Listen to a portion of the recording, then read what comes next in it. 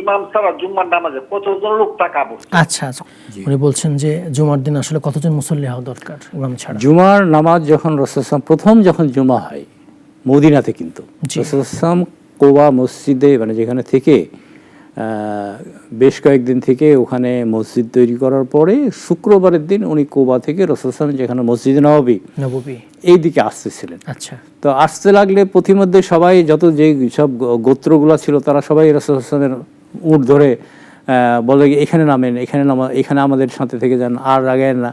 তো রাসূলুল্লাহ বললেন যে ছেড়ে দাও তাকে, ফাইন্নাহা মা'মুরা, আল্লাহ ওকে নির্দেশ দিয়ে রেখেছে, ও যেখানে যে বসবে সেখানে গিয়ে আমি থামব। আল্লাহু আকবার। তো এইভাবে আস্তে আস্তে তিনি হয়তো 10টা 11টার দিকে রওনা দিয়েছেন, পথিমধ্যে জুমার সময় হয়ে গেছে, আচ্ছা, জোহর হয়ে গেছে। তো তখন রাসূলুল্লাহ বললেন যে আমরা এখানে জুমা পড়ব। এটা হচ্ছে ইসলামের প্রথম জুমা, মানে ইসলামী স্টেটে মদিনাতে।